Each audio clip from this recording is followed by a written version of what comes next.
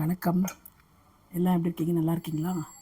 நான் இன்றைக்கி ஜெய்சாந்தி கிச்சன்ஸ்லேருந்து உங்களுக்கு கத்திரிக்காய் வச்சு ஒரு ரெசிபி ஒன்று பண்ணி காமிக்கிறேன். சரிங்களா? நான் கத்திரிக்காய் கட் பண்ணி உப்பு தண்ணியில் போட்டு ஊற வச்சுருக்கேன். சரிங்களா?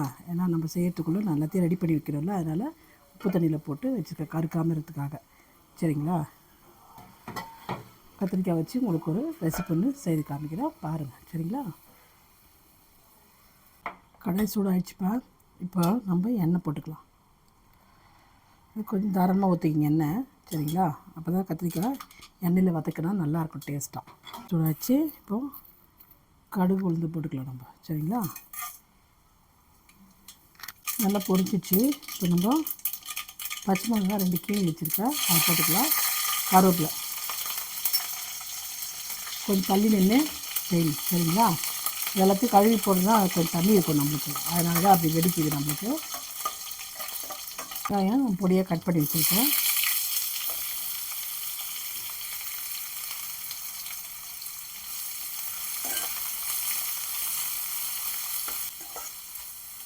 ஒரு 2 செகண்ட் கொஞ்சம் வதங்கினோடனே நம்ம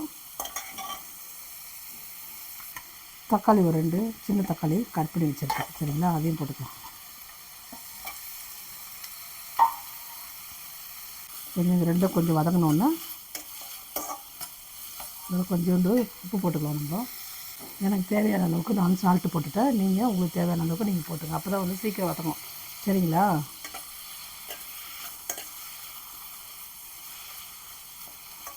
இந்த தொக்கு நல்லாயிருக்கும் ரசத்துக்கு, மிளகாய்களி சாம்பார், கீரை கடைஞ்சி எல்லாத்துக்குமே நல்லாயிருக்கும், டேஸ்ட்டாக இருக்கும். தோசைக்கு தொட்டுன்னு சாப்பிட்லாம், சப்பாத்திக்கு தொட்டுன்னு சாப்பிட்லாம்.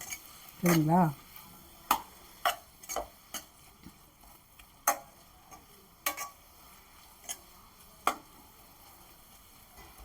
கொஞ்சம் இது வதங்கினோன்னா நம்ம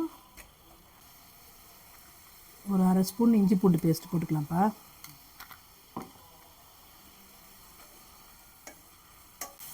கத்திரிக்காய் போட்டுக்கலாம்.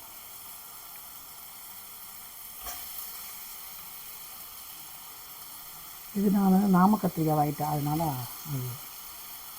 ஃபுல் வயலட் கத்திரிக்காய் கேட்டேன், அதுதான் இருக்குதுன்னு கொடுத்துட்டாங்க.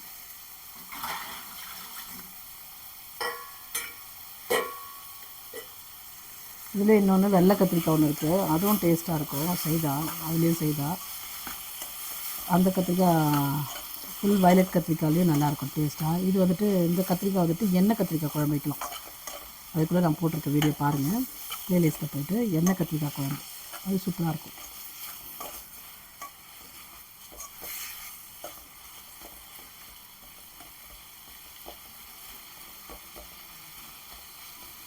இது லேசாக வதங்கிட்டப்பா. நல்லா கத்திரிக்காய் கொஞ்சம் வதங்கிடுச்சுன்னா நல்லாயிருக்கும். இது எப்படி கொஞ்சம் நேரம் மூடி வைக்கலாம்ப்பா. அப்போ இந்த கண்ணாடி ரிஃப்ளெக்ஷன் அந்த தண்ணி போட சொல்ல அது ஓரளவுக்கு கொஞ்சம் வதங்கினா டேஸ்ட்டாக இருக்கும். எண்ணெயில் வதங்கினா டேஸ்ட்டாக இருக்கும். அப்புறம் நம்ம மிச்ச ஐட்டம் போட்டுக்கலாம். சரிங்களா?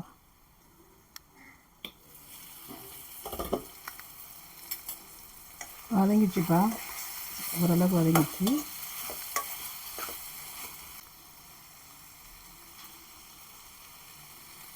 மஞ்சத்தூள் போட்டுக்கலாம்ப்பா. காரத்துக்கு சாம்பார் பொடி வச்சுக்கிட்டேன் நான், அதை போடுவேன். சரிங்களா? அவ்வளோதான் காரம் நம்மளுக்கு.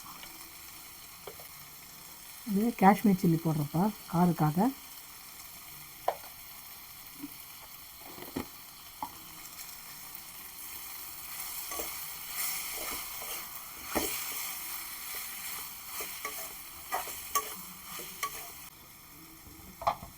இப்போ நான் மீல் மேக்கரு இந்த மாதிரி தண்ணியில் போட்டு ஊற வச்சு இந்த மாதிரி புழிஞ்சு எடுத்து வச்சுருக்கேன். சரிங்களா? நல்லா புழிஞ்சிக்கணும்.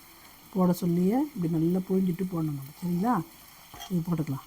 இதில் பட்டாணி போடலாம், பச்சை பட்டாணி கூட வேக வச்சு போட்டுக்கலாம்.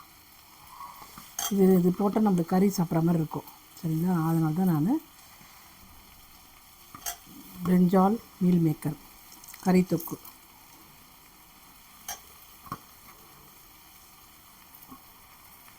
இந்த மாதிரி தண்ணி இருக்கக்கூடாது, நல்லா புழிஞ்சு போட்டுக்கணும். சரிங்களா?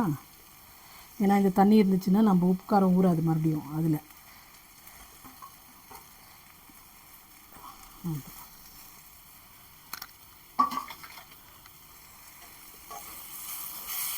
நல்லா திருப்பி போட்டுட்டு நீங்கள் கொஞ்சம் எண்ணெய் வேணுனாலும் ஊற்றிக்கிங்க. எனக்கு எண்ணெய் போதும், அதுக்கு தான் நான் கொஞ்சமாக ஊற்றினேன் எண்ணெய். நீங்கள் இன்னும் கொஞ்சம் நல்லா தாராளமாக ஊற்றிக்கலாம் எண்ணெய் இதில்.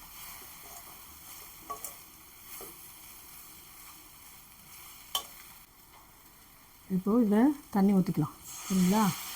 கொஞ்சம் வேகட்டும், கத்திரிக்காயெலாம் வேகணும்ல, அதனால் கொஞ்சம் தண்ணி ஊற்றிட்டு நீங்கள் இப்போ பார்த்துங்க உப்பு காரம்லாம் சரியாக இருக்கான்னு பார்த்துக்குங்க சரிங்களா.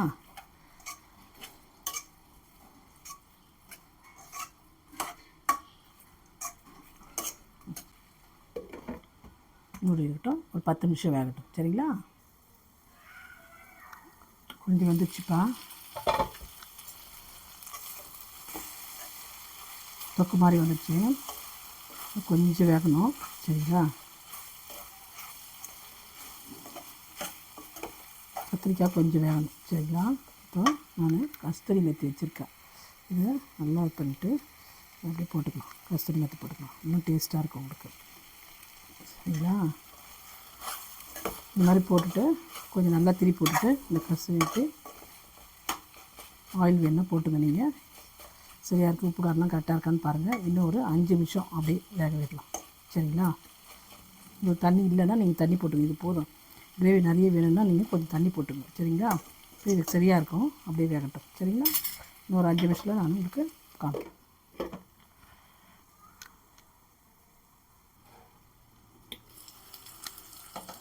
அவ்வளோதான்ப்பா, பிரிஞ்சால் மீல் மேக்கர் மட்டன் தொக்கு ரெடி.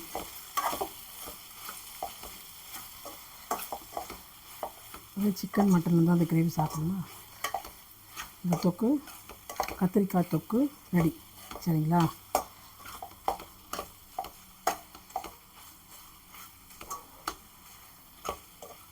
நான் உங்களுக்கு சர்வ் பண்ணி காமிக்கிறேன் பாரு. ஓகேப்பா, அவ்வளோதான்ப்பா, வாங்க சாப்பிடலாம். இது வந்துட்டு ரச சாப்பாடுக்கு நல்லாயிருக்கும், சாம்பார் மிளகாக்கறி சாம்பார் வச்சு சாப்பிட்டா நல்லாயிருக்கும், தோசைக்கு தொட்டுன்னு சாப்பிட்லாம் சரிங்களா. அதனால் இது செய்து சாப்பிட்டு பாருங்கள், கமெண்ட்ஸில் சொல்லுங்கள் எப்படி இருந்துச்சுன்னு சொல்லிவிட்டு சரிங்களா. இதோட இன்னும் பிரிஞ்சாலே நிறைய டிஷ்ஷஸ் இருக்குது, நான் ஒன்று ஒன்றா போடுறேன் பாருங்கள் சரிங்களா. நான் மார்னிங்கு 12 o'clock ஃபுல் வீடியோ போடுவேன், ஈவினிங்கு 7 o'clock ஷார்ட்ஸ் போடுறேன் சரிங்களா. பாருங்கப்பா, எனக்கு உங்கள் ஃப்ரெண்ட்ஸுக்கெல்லாம் ஷேர் பண்ணுங்கள், லைக் பண்ணுங்கள் சரிங்களா. எனக்கு சப்ஸ்கிரைப் பண்ணுங்கள் சரிங்களாப்பா. இந்த கத்திரிக்காய் மீல் மேக்கர் சரிங்களா, இது எப்படி இருந்ததுன்னு சொல்லுங்கள் சரிங்களா. இது வந்துட்டு வெஜ்ஜு மட்டன் ஃப்ரை, பிரிஞ்சால் மட்டன் ஃப்ரை ஓகேவா. நீங்கள் ஒரு பேர் சொல்லுங்கள், அது நான் பார்க்குறேன், கமெண்ட்ஸில் போடுங்க சரிங்களா. ஓகேப்பா, இதோட நெக்ஸ்ட்டு டிஷ்ஷில் நான் உங்களை பார்க்குறேன். பாய்.